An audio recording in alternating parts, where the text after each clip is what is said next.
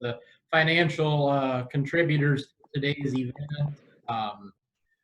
or our in-kind sponsorships as well. Midwest Bank, Berkwood, TD Niche Pork of Elk Creek, Anderson Farms, Insight Enterprise Consulting, and Rabo Agri-Finance.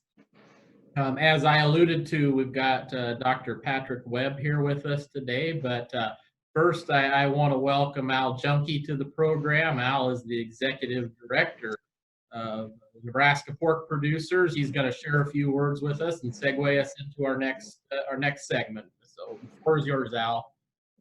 Well, thanks a lot, Will, and thanks everyone else for joining us this morning. This was originally our Pork Expo was scheduled to be in York, but due to COVID, of course, here we are virtually. So I hope that fits your schedule. I know some people are coming and going during the day, and there's others that are with us for the entire time. So thank you for joining us. I am Al Junkie. I'm the Executive Director of Nebraska Pork Producers, and I want to give a big shout out again to AFAN for really coordinating this and setting it up. This has so far been pretty seamless for what we're seeing and what we're doing here today.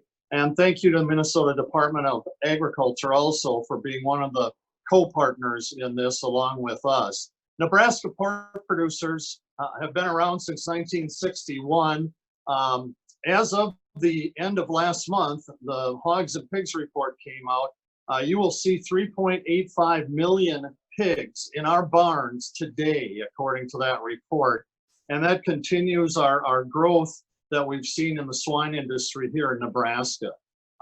We have more pigs in our barns today than we've seen in probably over 25 years. So to all our producers, our farm families, our allied business partners, all the people that make this group in Nebraska successful, including the sponsors of this expo today, we want to say thank you. We see nothing but good things ahead for the pork industry in this state, and it's all because of what you folks do. Before we get into Dr. Webb and his presentation, I just want to mention that we're a checkoff organization. You all who sell pigs into the market pay checkoff on every one of those animals, and that checkoff goes to support state organizations like us, as well as the National Pork Board, of which office Dr. Webb, who's coming up, that will be speaking out of. That money can only be used for education, research, and promotion. So certainly, this is one of those education pieces today that we hope is helpful. I'm also going to give you a little PSA. Right before I went on, I had a call from Bill Lucky. A lot of you know Bill Lucky, a former president here and a current board member on the pork board nationally. Bill has been involved with Jane Stone in our office and the University of Nebraska Lincoln Meat Lab in a project called Pork Cares. As we've seen animals, mature animals, not be able to necessarily find their way to markets because of the COVID, and rather than waste a lot of that meat, we've been able to take about a dozen of those animals a week into the University of Nebraska Meat Lab, and they actually process those animals there, and that then is distributed to food shelves literally across the state of Nebraska. And in order to do that processing, we've had donations from a lot of you out there and a lot of non-farmers that have been willing to step up and help feed the hungry with those processing costs. The other thing we have are farmers. A lot of our Nebraska farmers have donated roughly 12 pigs a week into that meat lab. I just want to put out a call. We've got farmers who have donated the next few weeks, but because of the amount of money that we do have openings now for more donated pigs. So as farmers continue to have a backlog of animals and are trying to make decisions on what to do for them, if you have a dozen animals or you and your neighbors have a dozen animals that you could donate to this program, please give our office a call or email us. Just go to our website, nepork.org, and contact us. And we'd love to be able to work with you to bring a dozen animals in the next few weeks into the meat lab. So moving forward now, this hour and we go up to the noon hour, we might go a little bit over, which is fine because we have an hour break in between. We're going to talk about a couple things. A secure pork supply, I think a lot of you as farmers and industry people are aware of. How many people have actually done one, completed that project, and have that secure pork supply plan laying on your desk in case of an emergency? I'm not sure. But we're hoping and encouraging all farmers, all pork producers, big, small, whatever size, to get that plan done. And why? Well, number one, it's for foreign animal disease control. If we get a foreign animal disease, African swine fever, foot and mouth disease, all these things that are around the world, we expect someday we will see them here. And we need to be prepared as an industry to deal with them. And I think up till this year, we were thinking, well, we've got time. Why would we need to do it now? We'll do it when we get around to it. I think COVID-19 has been a good example. As we know, some of these pigs that haven't been able to go to market have had to be euthanized, and depopulation has occurred on our farm, and we've had to dispose of those carcasses. Had someone had a secure pork supply on their desk, one of the pieces of that is depopulation and disposal. So instead of wondering what we're going to do as farmers, we'd have been able to just grab that secure pork supply plan and pull it out and open it up to the piece on depop and disposal, and off we'd have gone. So we already see today where we might have had an opportunity to use that, and why it's important for our farms to participate and get this plan done. Number two, the pork board has been working on what's called a dashboard. It's a program for your computer where once you get this secure pork supply done, you'll be able to upload that information for your farm. And when you need permits to move, which we're going to talk about, or you need to figure out something that's going on, you'll be able to take that dashboard information and send it to, say, Dr. Hughes here at the state of Nebraska to get that permit. Or maybe you're shipping into Iowa to the Triumph Seaboard plant in Sioux City. You'd be able to ship it to the Iowa vet by hitting a key on your computer. So that is almost ready to go, and you're going to get a preview of that not many people have seen yet in this secure pork supply plan. So without further ado, I would like to introduce Dr. Patrick Webb. He's the Director of Swine Health at the National Pork Board, and he's been there since 2005. So 15 years, I think that means he enjoys what he does. And what he does do is he is responsible for all our pork checkoff efforts in animal identification, animal traceability, foreign and emerging animal disease planning, preparedness, and response. So Dr. Webb has been an Iowan for a long time. We won't hold that against you, Dr. Webb. Here in Nebraska, he got his Doctor of Veterinary Medicine degree, as well as a animal science degree, a Bachelor of Science degree from Iowa State University. So it's my pleasure and honor to have Dr. Webb as our guest here to review secure pork supply, as well as that dashboard. And also a note, if you have questions, there's a Q&A button on the bottom of your screen on your desktop, or if you're using an iPad like I am, that Q&A is up in the upper right-hand corner. Anytime during the next hour, hit that Q&A button and type in your questions, and we'll try to get to them at the end of his talk. So, Will and Dr. Webb, I'll hand it back to you. Okay, thank you very much, Al, and thanks for the invitation. And you're right, I do love working for America's pork producers. Proud to be at National Pork Board helping you guys out. And is my sound good? You bet. All right, I will share my screen here.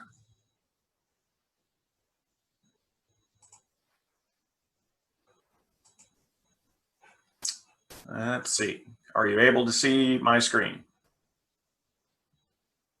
Indeed we can. All looks good. Great. All right, let me, okay. Yep, I'm sharing my screen. Well, good morning. You know, I've been in the emergency planning game now since 2001. I started my career at after practice, and actually, Al, I was licensed in Nebraska and actually did some work in Nebraska. So that was back during my cattle days. I graduated from Iowa State and went right into food animal production and did mostly cattle, and had a opportunity to move into the State Department of Ag in 2001 and do planning for foot and mouth disease. And one of the things that was unique about that at that time is that the real focus of the planning was on containment and eradication. And we really didn't focus much on business continuity. When you look at the continuum of emergency planning, you need both. And so after I left the State Department of Ag and did some consulting work, I luckily got hired by the National Pork Board to focus on emergency planning. And at that time, the business continuity aspect of emergency preparedness became a high priority. And USDA put a lot of money into focusing on business continuity, which was great. And when it came time to develop the pork industry's plan, Pork Board also contributed dollars to being able to get the secure pork supply plan developed, as well as out there today where producers can go and work through the process to become compliant.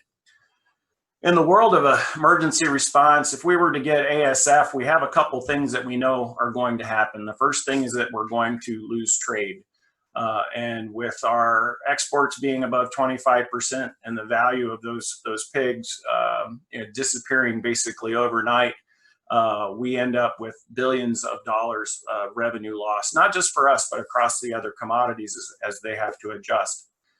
We also know now with the ASF response plan, USDA just published a new one or an updated version, and you can go to their FAD Prep website and read that. It's publicly available, but there is going to be a 72-hour shutdown of pig movements.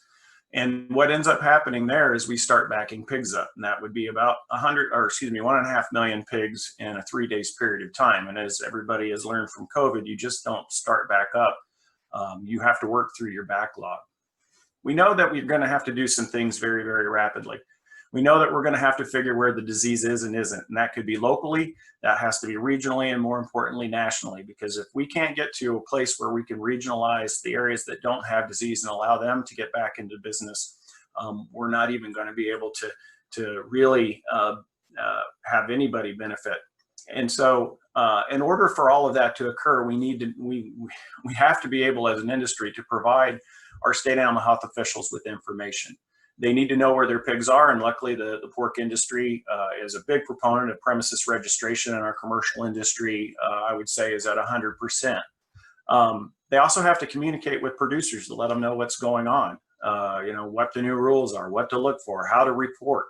We need to know, they'll need to know more about the demographics of the farms and areas where the disease might be. They need to rapidly be able to figure where disease is spread.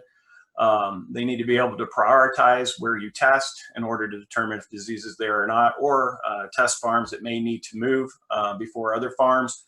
And then there's also the process of getting back into business, where they're going to need to be able to verify that the premises that are in affected areas are part of the secure pork supply plan, verify that they're in compliance, and then ultimately be able to permit movements for production and for harvest outside of the disease control areas, or excuse me, within the disease control area.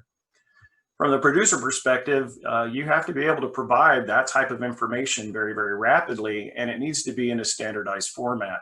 And so today I'm going to talk a little bit about the business continuity side. I'll tie in a little bit more about, just some general response things too that are important, but this really is focusing on how you get back to business after you have a detection of African swine fever, and after the state vets have got it contained in their control areas and are now considering letting people permit for movements to harvest and for production. So like I said, the secure food supply plans are something that USDA has been funding over the years. They actually started with the poultry industry on secure egg for high path avian influenza, and that's a disease that you guys have heard about because it's been in the news over the past couple of years. And then they moved on to the secure milk supply. This is specific for foot and mouth disease. And then once they got their feet under them, looking at how you would potentially move products like eggs and milk, Then they started looking at, all right, how do we move live animals? So they moved into a secure turkey program as well. And then back in about 2010, funded the development of the secure pork supply.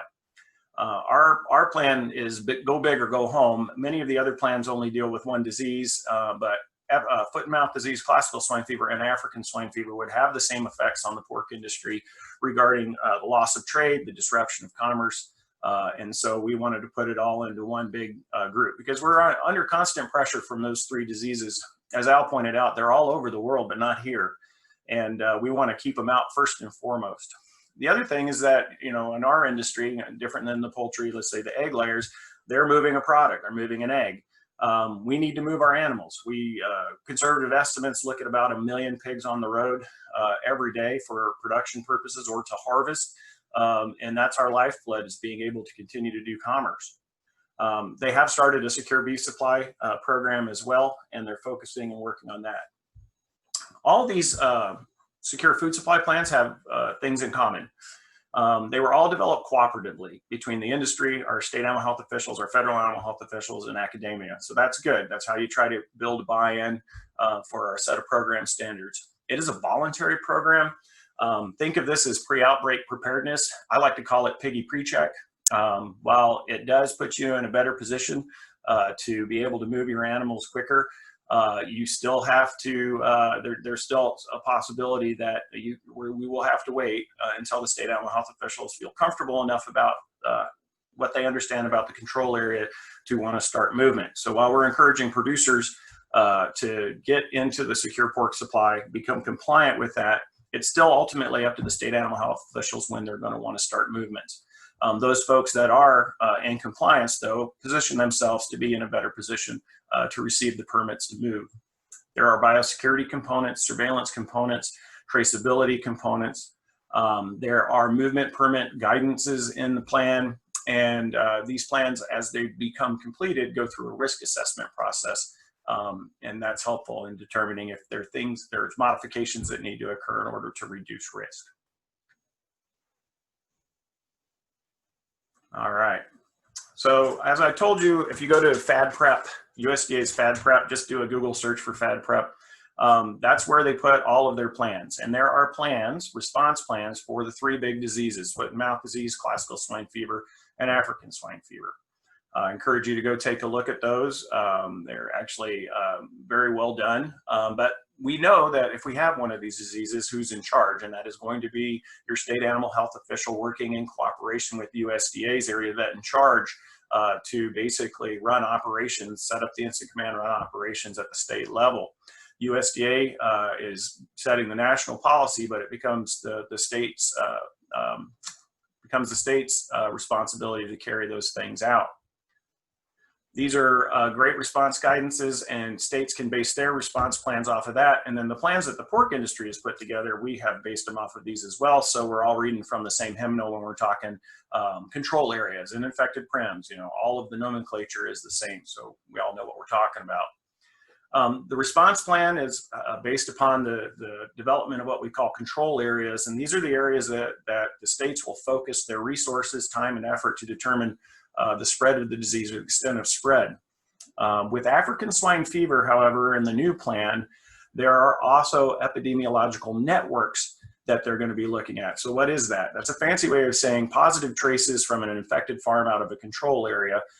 They need to trace those out as rapidly as possible, get those sites quarantined and tested.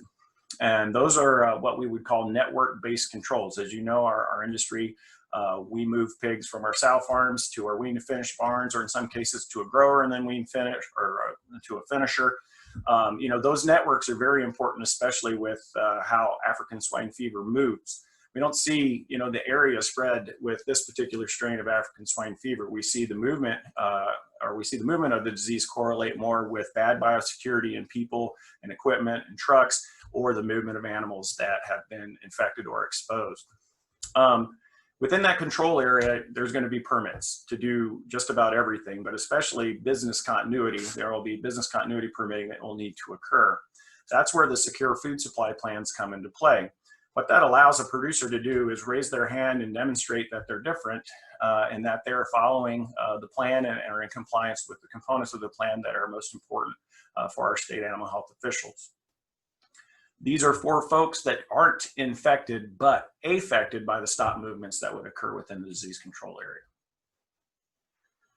So when you look at how an outbreak kind of would flow through time, you know, the first day you're in a tizzy to try to gather a bunch of information. As you know, as I said, there'd be a 72-hour stop movement, and so basically that's providing a 3-day window to try to get your feet under you and figuring out where disease is and isn't, so you can start making different decisions. But day one, what do you do? If there's a stop movement, you know, it used to be if there was a stop movement, states were focused on, well, we're going to try to stop things at the border. Well, in Iowa, we had a struggle with that just because there's so many movements of trucks coming across the border. And over time, you know, really from what the Secure Pork Supply Plan lays out, those animals that are on the road just need to land. And then you don't initiate new movements for the next 72 hours. That said, we need to make sure that every producer understands that you need to have a comprehensive welfare plan for these type of events where not only for disease events, but any of other events like COVID, which limited the ability of animals to make it to harvest. That planning is incredibly important. As Al pointed out, you also need to have a comprehensive disposal strategy for your sites. And as you go through the Secure Pork Supply and you go through the process of becoming compliant, you'll find information on that, and that those are auxiliary plans that need to be in place or at least written down and able to be followed in the event of an outbreak. We all know that when movement begins to start again, that there's going to be new rules, and that's enhanced biosecurity. There's going to be surveillance requirements and movement permitting early on, especially in those control areas. Permits, like I said, for outbreaks may be required for movements on, off of premises in the control area during the outbreak. Actually, they will be. And so what our officials have to do, and this is a tough spot for the state animal health officials, they need to be able to balance risk with allowing animals to move. And we've got a significant, you know, welfare challenge if we're even 3 days into a stop movement. And if that expands out to 7 days or expands out to 2 weeks, I mean, we're backing up anywhere between 2 million to 2.5 million pigs per week. And like I said, you just don't get that started again right away. And so we need to make sure as an industry, we provide as much information that the state vet needs in order to shorten up the period of time before they allow movements to start again. And that's just because from a welfare perspective and our just-in-time delivery of pigs to market and pigs for production, you know, we're behind the 8 ball anytime movement stops. Secure Pork Supply Plan is guidance. Like I said, we've done collaboration with that. It's a voluntary program and it's specific to Secure Pork Supply. The USDA funded the lion's share of the development of the plan, but Pork Checkoff has invested heavily in the education and outreach that goes with that. And if you go to securepork.org, as you're moving through the process, we have a ton of resources for you related to the plan. It's actually a fairly intuitive website, and it really kind of walks the producer through the process of developing a business continuity plan. Securepork.org is the place to go. So this is a screenshot just of the landing page. So it depends on whether you're a detail person, not a detail person. If you really just kind of want to get a good basic of what the plan is, you know, there's short descriptions of the Secure Pork Supply Plan. There's a great video on there that lasts, I think, 43 minutes that's presented by Dr. Pam Zabel that really helps folks understand what the plan is all about. Highly encourage you, if you haven't done Secure Pork Supply, sit down with your employees at a lunch and learn, play the video, have some lunch, have some discussion. It'll really give everybody a really good background on what the plan's all about. Another thing that I would recommend that if you haven't put together a Secure Pork Supply Plan, you need to designate a champion. You need to designate that one person who downloads the entire thing, reads the entire thing, really is understanding it, and then leads the charge to help with the employees learning about the plan, and then helps with becoming compliant with Secure Pork. And so if you look, like I said, The three big diseases are foot and mouth disease, classical swine fever, and African swine fever. This is the some nice one-pagers for your employees about each of the diseases. This is part of the educational component. One of the things that we need to make sure that we understand and that we communicate during an outbreak, that these diseases are not a public health concern. These are solely for animal concern. And so we need to make sure that people understand that their food is safe, even if these diseases are present in the United States. Biosecurity is one of the pillars of the program. There is an enhanced biosecurity plan that is required to be developed. Based on my conversations with producers that have worked with their herd veterinarian or production systems that have worked on this, is that these biosecurity plans take some time, take some thought. And so you need to make sure, like I said, you have your champion basically read through the biosecurity plan document front to back.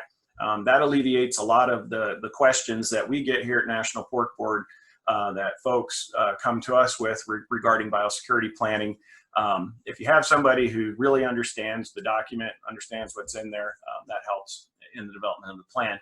There's really 4 concepts. You need a biosecurity manager. Chances are you already have one. It might be you, or it might be a designated employee, or it might be your herd veterinarian that really is the person that's focused on helping you develop your biosecurity plans, make sure that they're implemented, verify implementation. For the program, you need a written site-specific biosecurity plan, and there's resources there for you to be able to do that. And they really focus on the concept of perimeter buffer areas and lines of separation. And these I'll explain in just a second.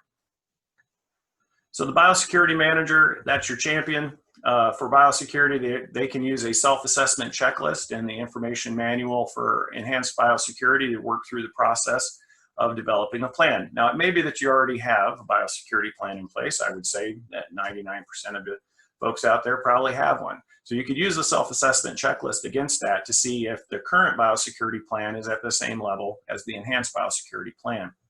I've talked to large production systems that have done that process. I've also talked to large production systems that have not, and went ahead and used the templates that were on the website, because a lot of their biosecurity information that they had were in different places or in different parts of their documentation for their employees. It's really up to you.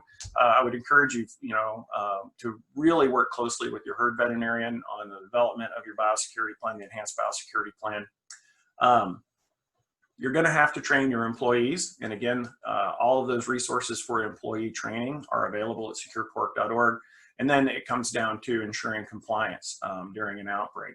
And those are things that the state animal health official really want to know about. All right, well, do you have an enhanced biosecurity plan? Yep, I sure do. Here it is. I can show it to you.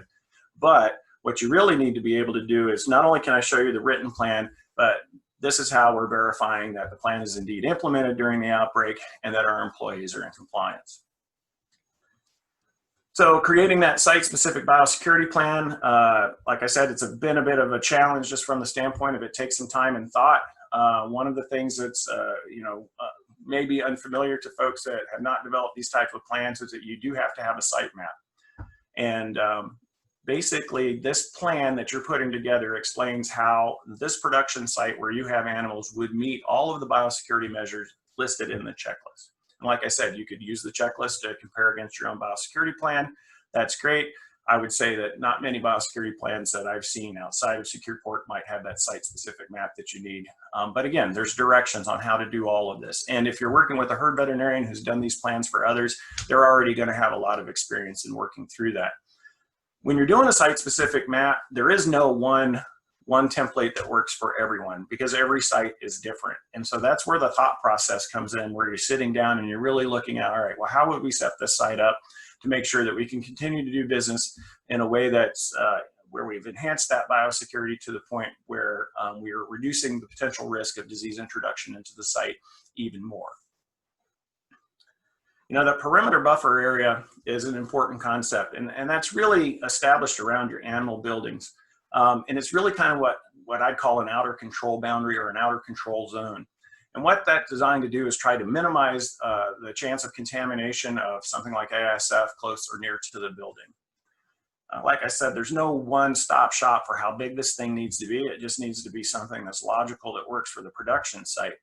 The other thing is that if you're going to set up a perimeter buffer area, then there's rules for getting in and out of that perimeter buffer area, much like there's rules for getting in and out of your sow farms. And so as part of developing that buffer area, you've got to make sure that you have clearly marked where folks have to go, the processes that they have to take to get in, where they need to go in, the designated areas, and the processes that they need to take when they come out.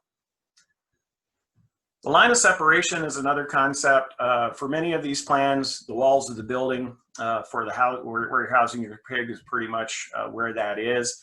And people and items are really only going to cross in one designated area to get into that site and following the appropriate biosecurity measures. And like I said, a lot of you are already doing this, especially if you think about your sow farms where you have your highest biosecurity for your herds, in that, you are taking off your street clothes, you are moving across and getting into, in a sow farm, you're going through the shower, and then you're putting on clean clothes and boots, making sure that you're clean. That's, really the same concept that we're looking at here for the line of separation, is that one way to get in, one way to get out, and the rules that for getting in and getting out regarding decontaminating yourself are followed. This is just an example of a map on how you could do that. Like I said, for you working with your herd veterinarian, it's just sitting down and making sure that what is designed works for the site. No one fits all sites. So this is an example. I'll go back. Sorry about that. So our perimeter buffer area. So if you kind of look at this, all right, so I'm setting up my perimeter buffer area around the outside of my buildings here. I've got my access points, 2 access points here. And then I've got, my parking set up. I've got, I've got this one set up to where I could bring a feed truck on. The feed truck's not going into my perimeter buffer area, but they could auger that feed over into the bins. I mean, these are the type of things you need to think about on how you can effectively prevent disease transmission, but allow production to continue.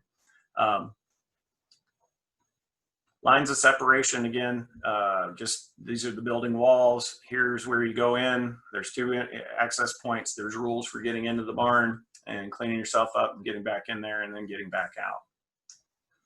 The important thing to remember about secure pork supply, that in a disease control area, these are the sites that don't have disease.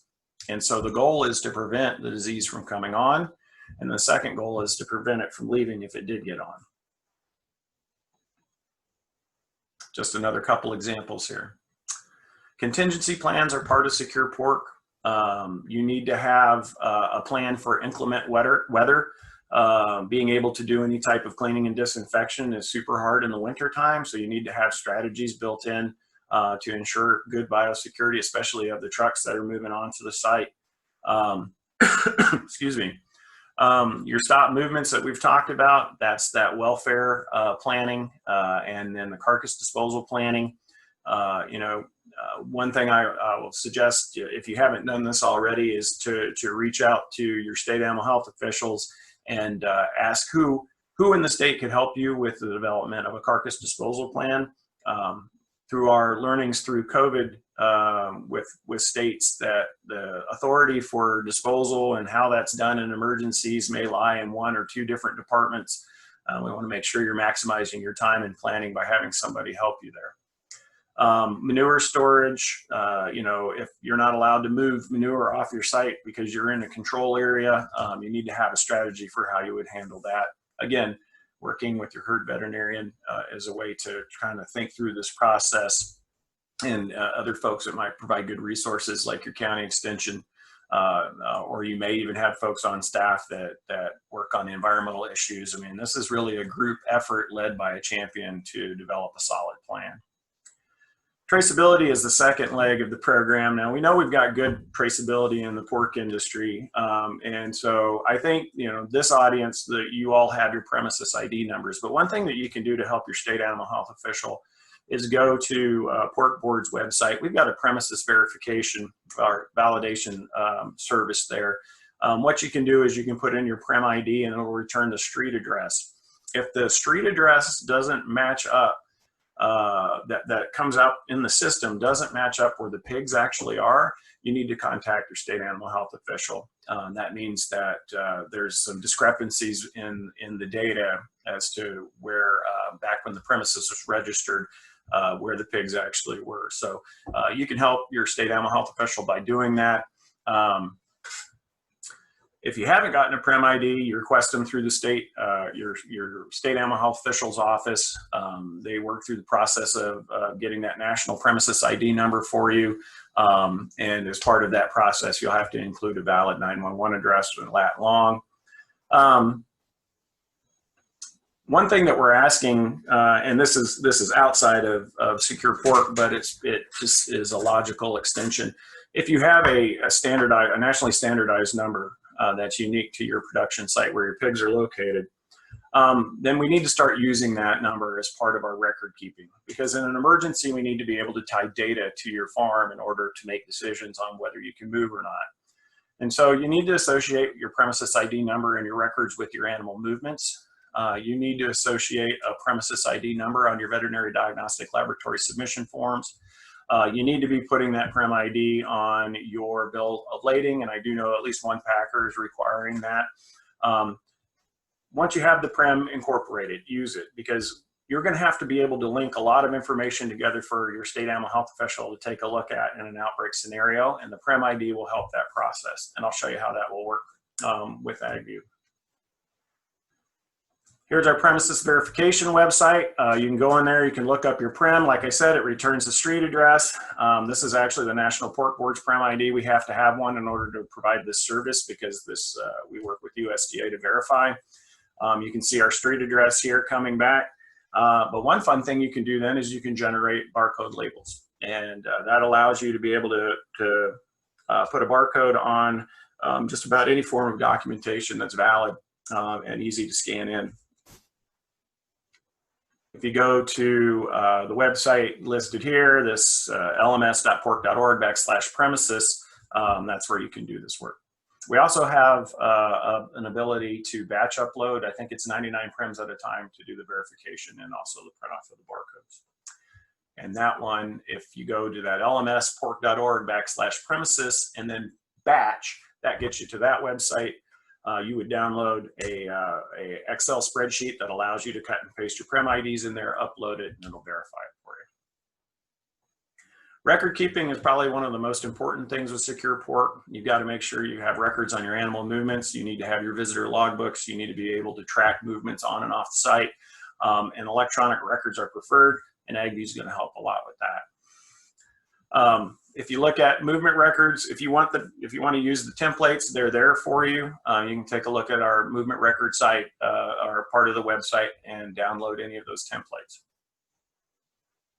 Surveillance is another thing that you're going to have to train your employees. Again, the trainings are all on securepork.org, and basically it'll outline what your folks need to do to help with what we call observational surveillance, which will be an important component of the secure pork supply plan when we have a disease outbreak. And so training your swine health monitors, that's the name that we call them. It's just basically making sure that those producers that are there looking at the pigs every day for you have training to recognize clinical signs that would be consistent with foot and mouth disease, classical swine fever, African swine fever, and be able to internally report that appropriately so it can be reported to the state animal health official for investigation in peacetime. And also that type of information needs to be reported out in wartime if we were to have ASF. So we got a lot of cool posters. If you want to put, and my goal is to get these posters in every barn, but we've got some real nice laminated posters that help your employees know what to look for and how to report a suspect case of a foreign animal disease. These are free to pork producers, and you can find those at the pork store. From a surveillance perspective, if you go to disease monitoring tab on securepork.org, under training materials, disease monitoring, it basically gives you, or kind of spoon feeds what you need to do in order to get through the process of getting your folks trained, and where all of the educational pieces are for you, your people to take a look at. You know, we have Seneca now floating around the United States. You know, 20 years ago, that wasn't a thing. And what we need to do is make sure we don't become complacent and say, oh, that blister I'm seeing today is that Seneca virus again, because it could very well be foot and mouth disease.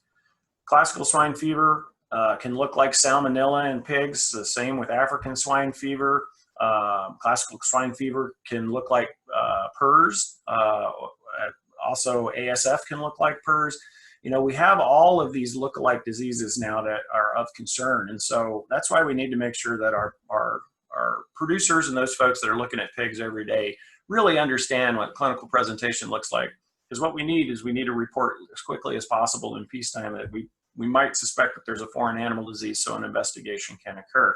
But like I said, during wartime, you need to make sure that all your producers that are looking, or your employees that are looking at pigs, really understand what they're looking for early detection.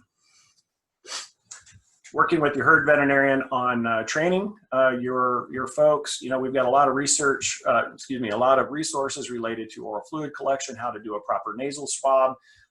One thing that I'll share with you is we are, as the pork board, working at a national level to develop a program, kind of a train the trainer program, similar to what's going on in the poultry industry, to certify folks that could do surveillance testing in an outbreak. And there'll be more on that later, but that's in the process right now, developing those program standards. Again, going to our training materials and going over to disease monitoring, you can find these type of resources. There's videos, there's posters, there's booklets. Again, a great place for your employees to go to learn about these things. So, if you look at secure pork supply, when you go through the process of becoming compliant, you're basically building the ability to help the state vet put a picture together of the risk of your farm and the ability, or the risk, and then the ability to be able to permit movements for production or to harvest. So one of the analogies I've always made is that your secure pork supply plan, by the time you're done doing all of those things, you have all of these puzzle pieces that you need to do something with. And maybe for those folks that have done secure pork supply plans in multiple states, you've seen probably some variation in whether the state animal health official wants that plan on file or if they don't want it on file. But what we want to do with AgView is be able to standardize where that information goes and how it's presented, relieving some of the burden of the state animal health officials and trying to manage all of those plans and leaving it up to the producer to be able to put those plans into the system. And so, you know, I've got this puzzle piece in an outbreak. So I've got these pieces of my secure pork supply puzzle, and we had ASF tomorrow. Well, right now, all I can do is hand it over to the state animal health official, and they have to go through the process of putting those pieces together to get that picture. When we talk to our board about, you know, what do we need to do after secure pork supply, like I said, it's done, it's available, producers can go and work to become compliant with the program. You know, what do we do? And so we work through the process of, you know what we really need to do is allow the producer to actually build the picture and then have the state animal health official verify if all the pieces are in the right spot or if there's pieces missing. And hopefully that will become more clear as we talk about AgView. AgView is a database and dashboard that is being developed by the National Pork Board. Our board of directors authorized the dollars to be spent on this, and we are currently hot in the development process of AgView. This database and dashboard is the first module that producers will be able to access to get an account with. Same with the state animal health officials, is going to be really focused on the information needed to respond to African swine fever or any other foreign animal disease outbreak. So there's two users for this system. The first user I'll go through is your state animal health official. And if you go back to the beginning of my presentation, I talked about all of those things that have to be done as rapidly as possible to determine where disease is and isn't, locally, regionally, and nationally. And this is kind of how it's going to happen. We're very positive on this software. The company that we're working with, the software that we have in place is active software, could be rolled out if we had ASF tomorrow. But we're looking at a November as the delivery date for the first, what we'll call the emergency management module of AgView for pork producers to be able to get an account. So right now, a state animal health official, they would be able in November to sign up into AgView. They would be able to go in, excuse me, oh, I'm sorry, let me go back. This would be the producer view. So the other user is your pork producer. So a producer in November will be able to go in and set an account up. You'll be able to manage the folks that you add to your account. So think of your employees. You'll be able to pull them into your account and allow them to be users of the system. You'll be able to permission them to do different things within the system, giving them a certain role. You'll be able to then use the template, or for the larger production systems, you could develop an API. But basically, you would be able to map your data, so your company name, your site name, your premises ID, your lat long, the type of location, the site capacity, the number of barns, the number of pigs on the site, and the emergency contact information that a state animal health official would need. You'll be able to map that into the system, and you only have to map it once. And then after that, you can just upload that data because it will just continue to map the right direction. So that premises data is very, very important because those are the things that the state animal health official would need to understand about the site in the case of a foreign animal disease outbreak. You'll also have the ability to map your movement data into the system, and this would be, basically your source and destination prems, your plot number, the number of head, the date of the shipment. So pretty similar to what you're already putting, what you already have for records right now. But the exciting part about it is that, and we currently have one connection with a university lab, but you'll be able to have your laboratory data moved into the system so you can actually visualize that information as well. So for you as a producer, you'd be able to see your sites, you'd be able to see your movements, you'd be able to see your lab results for day-to-day stuff, and then have some limited ability to do some filtering of that information. And it'll allow an opportunity, it'll be a platform for your employees to be able to visualize this type of information in a one-stop shop. I want to let you guys know that this is an important thing, that any information that you put in, any data and information that goes into AgView is yours. Nobody can see it. National Pork Board can't see it. State animal health officials can't see it. Other production systems can't see it unless you share it. And so it really is a producer-controlled environment in that you can keep all of your data private, or you can elect to share that information with the state animal health official if it's needed, or with another production system if you wanted to look geographically, let's say disease. But then if you don't want to share it anymore, you can turn that sharing privilege off, and it becomes your unseeable by other producers or other animal health officials. AgView is going to be the place that you're going to put all of those bits and pieces that have to be developed with the Secure Pork Supply Plan. Your Enhanced Biosecurity Plan will have a place to go. During an outbreak, there will be an EPI form, an epidemiological form that a producer or veterinarian will have to fill out. And there'll be a place for that to go. There'll be observational surveillance data that needs to be into the system. And so we'll have that capacity for you to put that information in the system in a structured and standardized way that allows the state animal health official to see those things. We'll have data management and data sharing capabilities in the system. But more importantly, you're going to have this cool visualization capabilities and some manipulation capabilities of your data that's in the system. And we're going to be building in more producer value later in the game. But right now, the focus has been on getting something we could use tomorrow for African swine fever. Our second user is a state animal health official, and they'll be able to get into their organization, and they'll add their members to the organization. The cool thing, though, is they'll be able to create and manage an incident. And basically that is, if we have ASF in Nebraska tomorrow, your state animal health official, Dr. Hughes, will work to set up an incident command.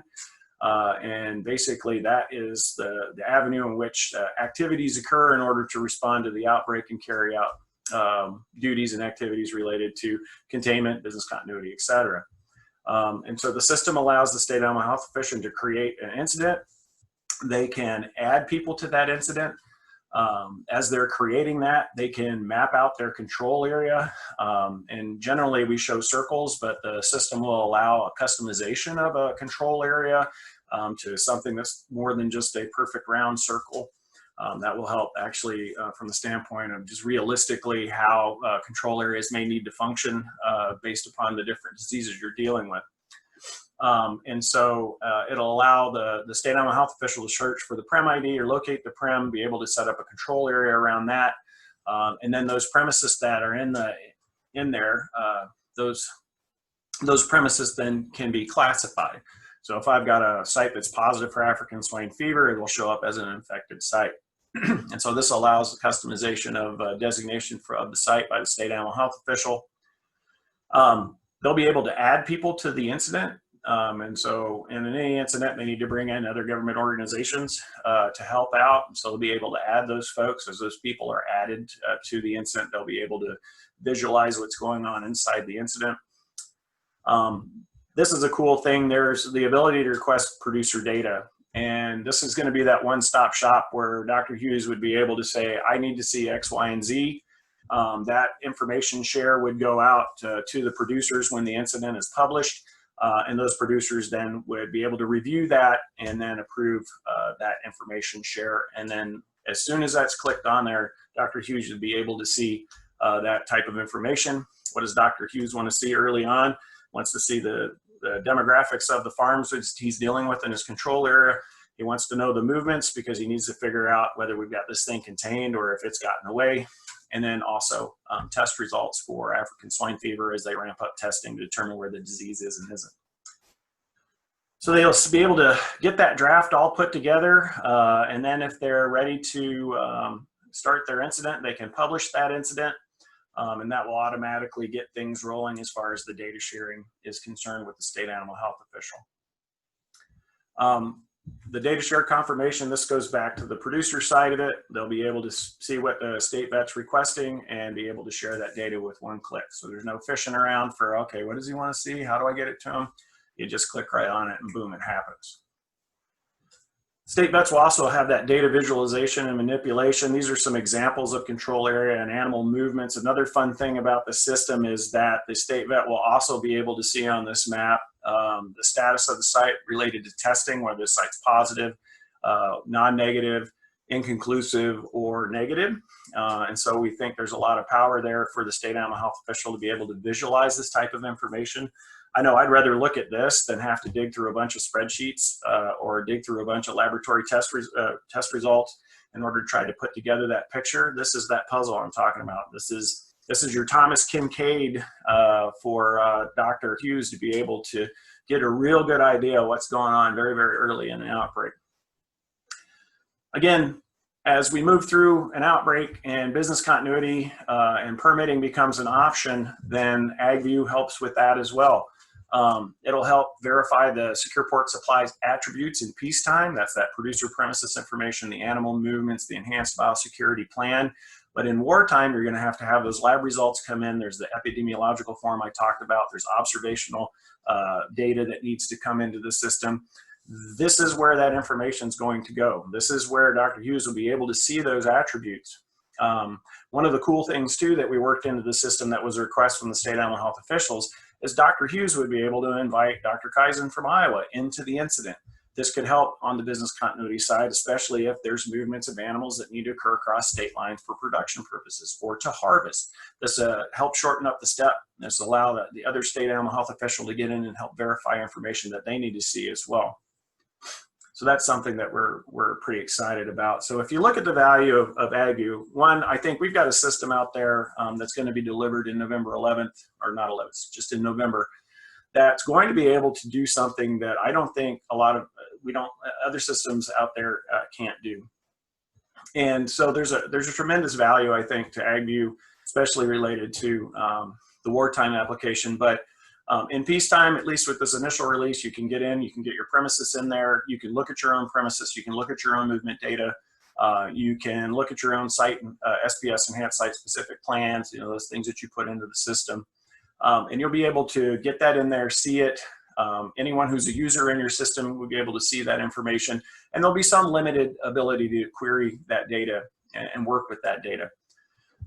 From the wartime perspective, though, I mean, this is really where it provides that value, because now that we have producer information, or we'll have producer information in there in a standardized format, that's the important part. As we've put together AgView over the years, we learned an important thing. All pork producers keep about the exact same information, but you keep it in a different format, in a different place. You call it a different thing. If we were to try to share that information today from 20 different production systems to one state animal health official, the variation in the data would cause a lot of angst and slow down that response. That's the importance of this standardization, this mapping of data into the system. So in wartime, this is going to give you as a producer the ability to share this information that the state animal health official needs during the outbreak instantly. Once you get that share request, you review it, approve it, boom, it's there. It's going to enhance your state vet's ability to really early on visualize what's going on in the control area and assess risk. The more information that they have there, that allows them to make more rapid decisions, and hopefully those decisions can be that they better understand the containment of the disease and can move towards helping us get back into business a little bit quicker. It's going to enhance the state vet's ability to visualize that data. That risk-based decision-making is very important. And when we get to permitting movements, that verification of the attributes of the secure pork supply plan, that's going to be vital to the permitting process. Our future look is trying to really build in some more day-to-day value, not only for producers, but for the state animal health officials, expanding the type of data that can be mapped into the system, really improving the manipulation of data, to being able to analyze data to make decisions for health and production, and then enhancements to being able to visualize that type of data that you want to see in a way that's meaningful in that Explorer view. We'll also have some conditional formatting capabilities in there that will allow you to basically set these filters that when you log into the system, you click on the filter for what you want to see. Show me all my sites that have positive PRRS tests as of yesterday or in the last 2 days. And those filters will help you actually with your health and production too. So I think, Al, that is the end of my presentation. I apologize for going over 7 minutes. All right. Very good. Thank you, Dr. Webb. That was good information, and it's something I think that is definitely food for thought for all of us. You maybe saw a message pop up. We are headed into lunch next for those that were wondering, and we'll be back at 1 o'clock. But in the meantime, I have a couple quick questions. If you have just a minute, I think one of them, you know, we have a lot of larger and medium-sized production people that I think have a handle on this and understand that they need to do it. I think particularly with premise IDs and with movements, does this pertain to everyone? I mean, what if I'm just a show pig person with, you know, 10 show pigs on my farm and I pick up new ones every year and move them? Or what if I'm a niche production person? I just got pigs out on dirt. I sell them to my neighbors or the local locker. Do I really need to have those premise IDs and or, you know, worry about a secure pork supply plan? Yeah, definitely. You know, one thing, regardless of whether you're the smallest of the small or the largest of the large, we have to have prem IDs just from an emergency preparedness standpoint. And so I would encourage those folks that might consider themselves too small, you know, that information is vital to Dr. Hughes in responding adequately to the outbreak and giving producers the opportunity to do something more than stop movement. What we're seeing with the AgView database and dashboard system is it's going to be something to everybody, but it's going to be a bit different based upon who you are. So if I'm a large production system, I'm contracting with a third-party database provider, or I have my own homegrown system. You know, I may be using those systems to do my daily health and production work, and AgView may become just my means for being able to get information in that the state vet would need to see in an outbreak. As we build in the peacetime applications, they would be able to map more of that data into the system and be able to manipulate that data through the Explorer view. So that might provide a value. So we might see people doing that. Then you've got a subset of producers that may not have a third-party database system, or contracted with somebody to do that work for them. They definitely don't have IT staff, and maybe they're keeping something on a spreadsheet. Well, this system could function for them as a database and dashboard system for them to carry out their daily record keeping. So they could definitely use that system. I see an opportunity, especially for the show pig side of things. You know, especially our younger pork producers, you know, they love technology. This could be a place for them to, you know, set up their own account for their show pigs, be able to, you know, on a sophisticated level, do the same amount of traceability, testing, visualization, looking at data. So I see an opportunity for them to get into the system. It's free to pork producers because you paid for this with your checkoff. So user accounts for pork producers are free. And so I think we will see people over time use the system for where it provides them the value. And I think that's going to be a good thing. All right. Yeah. And I would mention, I have heard from a few producers, some of our packers require premise ID. They all require premise ID, but some only from the barn where the pigs are being shipped. We have other packers that want the full traceability back to where the pig was born, which may be multiple sites in an operation. So make sure you have prem IDs on the sow barn and the nurseries and the finish barn. Everywhere where you have a site with pigs needs an ID. And of course, some farms just have one ID for the farm and it might be on multiple sites. So I think we need to make sure we're updated on that. Another Nebraska note to people that are listening, for information on how to dispose, and usually it's burial in Nebraska, you would have to contact the former DEQ, which is now the Department of Environment and Energy, and they are the ones that will give you an okay, whether it's okay to bury on your site or not. And I would note, as we all know, a year ago we had floods in Nebraska. We've had good heavy rains this spring. A lot of our farmers are finding out that 40-acre piece where their barn sits, where they thought they could bury pigs, the water tables are now too high. So I think as you do this plan, you need to check in with your local officials, in this case, Department of Environment and Energy, and make sure that you're just not putting something into that secure pork supply plan that can't be implemented later on. The last question I have here, I guess just on just your opinion on give people a reason why the stop movement is important. And here's what I literally had someone come up to me and ask me this, a farmer. Look, I've got a nursery here on my site. I'm a farrow to finish small person. Here's my nursery. My finished barns are on my daughter's site, which is 5 miles down the road. It's all gravel roads. I'm just going from my farm to my farm.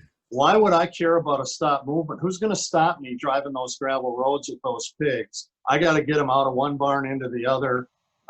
Can't I just move them?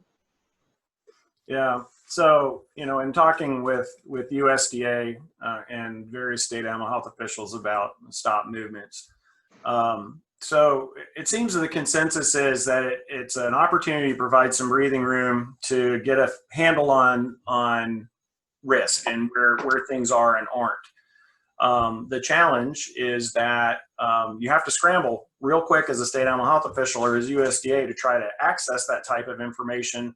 So at the end of 72 hours, you've got a strategy to move forward and not extend it another 72 or another 72 or another 72. So stop movements provide an opportunity for that to occur. But the downside to that is stop movements also back pigs up in the system.